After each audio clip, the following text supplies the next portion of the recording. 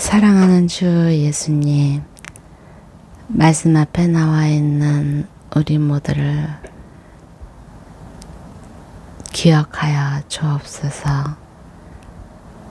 우리를 품고 계심에도 우리는 당신을 보지 못하고 느끼지 못하고 듣지도 못합니다. 주님이 함께 계시리라고 믿는다고 하지만 주님 없이 주님이 없는 것처럼 홀로 행할 때가 참 많습니다. 주께서 부르셔서 또한 주께서 택하셔서 우리는 택함 받은 족속임을 믿습니다. 그럼에도 택함 받지 않은 것처럼 전혀 다르게 인식도 하지 않고 내 마음대로 내 생각대로 움직입니다. 한 번쯤 나를 만들고 이 세상을 창조하신 놀라운 만왕의 왕이신 당신께 질문하고 물어보고 의견을 나눌 만도 한데 얼마나 많은 시간 주님 없이 행하는지, 당신의 아들이요, 당신의 부인이요, 당신의 친구요, 당신의 모든 것이신 우리가 이런 모습을 할 때 당신의 마음이 어떨지. 사랑하는 주 예수여,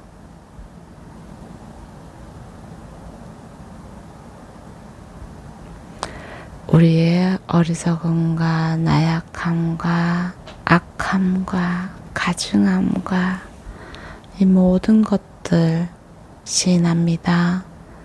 주 앞에 엎드려, 주님 앞에 엎드려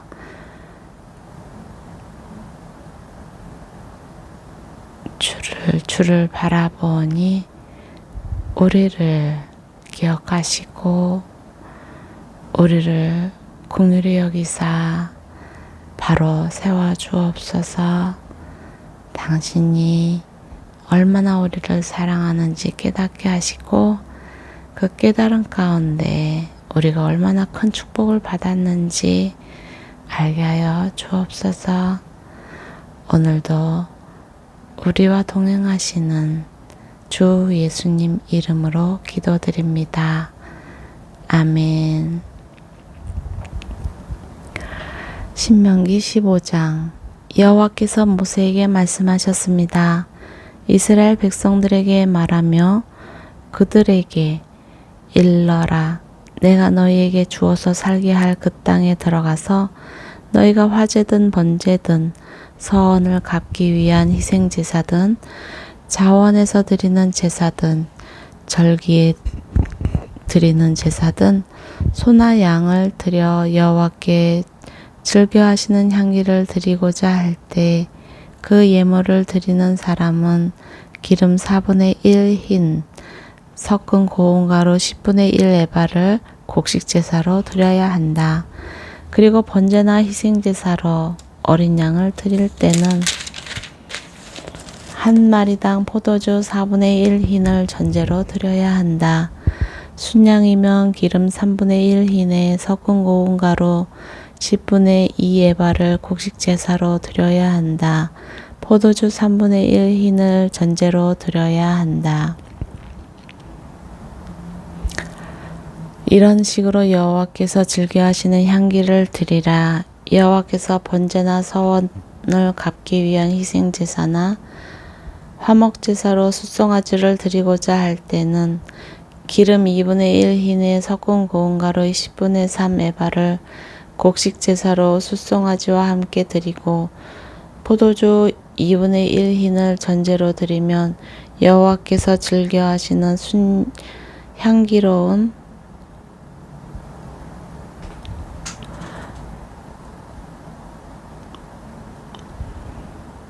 화제가 될 것이다. 수소나 순양 한 마리나 어린 양이나 암염소 한 마리다. 이런 식으로 준비해야 한다. 너희가 드리는 각 마리마다 이런 식으로 그 한 마리당 숫자에 맞춰서 드려야 한다. 이스라엘 사람이면 누구나 이런 것들을 여호와께서 즐겨하시는 향기로운 화제로 드리기 위해서는 이런 식으로 드려야 한다. 이방 사람이 너희와 함께 한동안 살든지 아니면 대대로 너희 가운데 살든지 간에 그는 여호와께서 즐겨하시는 향기로운 화제를 드려야 한다. 그 사람도 너희가 하는 대로 해야만 한다. 너희나 너희 가운데 사는 이방 사람을 막론하고 회중에게는 한 가지 규례가 있을 뿐이다. 이것은 대대로 이어질 영원한 규례다. 너희와 이방 사람들은 여호와 앞에서 마찬가지다. 너희와 너희 가운데 거하는 이방 사람에게 오직 한 가지 율법과 한 가지 법도만 있을 뿐이다. 여호와께서 모세에게 말씀하셨습니다. 이스라엘 백성들에게 말해 일러라. 내가 너희를 데려갈 그 땅에 들어가서 그 땅에서 난 음식을 먹게 되면 여호와께 예물로 드려라. 땅에서 처음 난 너희 곡식을 갈아서 만든 납작한 땅을 드리라. 그리고 타작마당에 예물을 드리듯이 드리라. 이처럼 땅에서 처음 곡식에서 너희 대대로 예물을 여호와께 드리도록 하라.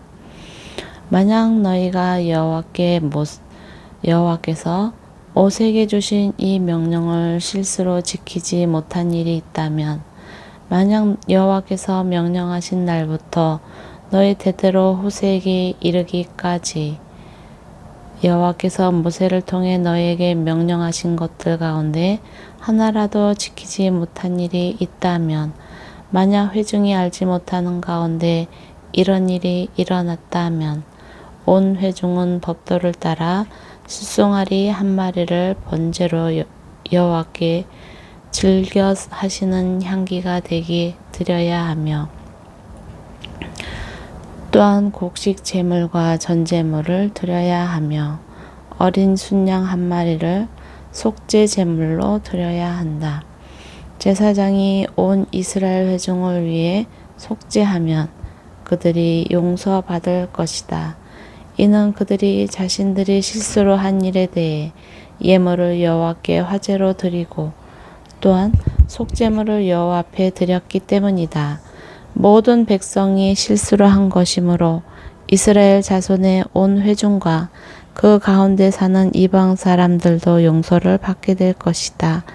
그러나 만약 한 사람이 실수로 죄를 지었을 경우에는 그 사람은 1년 된 암염소를 속죄제물로 드려야 한다. 제사장이 실수로 죄를 짓게 된 그 사람의 죄를 속죄해 주면 그는 용서받게 될 것이다. 이스라엘 자손인 본토 사람이든지 이방 사람이든지 상관없이 실수로 죄를 짓는 사람에게는 모두 한 가지 율법이 적용된다. 그러나 이스라엘 사람이든 이방 사람이든 고의적으로 이 죄를 짓는 사람은 여호와를 모독하는 것이니 그런 사람은 그 백성들 가운데서 끊어져야 할 것이다. 그는 여호와의 말씀을 업신여기고 그의 명령을 어겼으니 그런 사람은 반드시 끊어져야 한다. 그 죄가 그에게 있을 것이다. 이스라엘 백성이 광야에 있을 때 안식일에 나무를 줍고 있는 한 사람을 발견했습니다.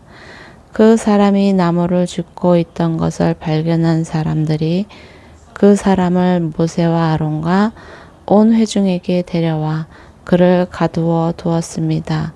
그를 어떻게 해야 할지 분명하지 않았기 때문입니다. 그러자 여호와께서 모세에게 말씀하셨습니다. 그 사람은 죽어야 한다. 온 회중이 진 밖에서 그를 돌로 쳐야 한다. 그래서 온 회중이 여호와께서 모세에게 명령하신 대로 그를 진 밖으로 데려가 돌로 쳐 죽였습니다. 여호와께서 모세에게 말씀하셨습니다. 이스라엘 백성들에게 말해 일러라. 대대로 너희는 너희 고도 끝자락에 청새끈으로 술을 달라. 이 술들은 너희가 보고 여호와의 모든 명령을 기억해 그것들을 행하고 너희 마음과 눈을 따라 음란하게 되지 않도록 하기 위한 것이다. 그러면 너희는 내 모든 명령을 기억하고 그대로 행해 너희 하나님 앞에 거룩하게 될 것이다. 나는 너희 하나님이 되기 위해 너희를 이집트에서 이끌어낸 너희 하나님이다. 나는 너희 하나님 여호와다. 아멘.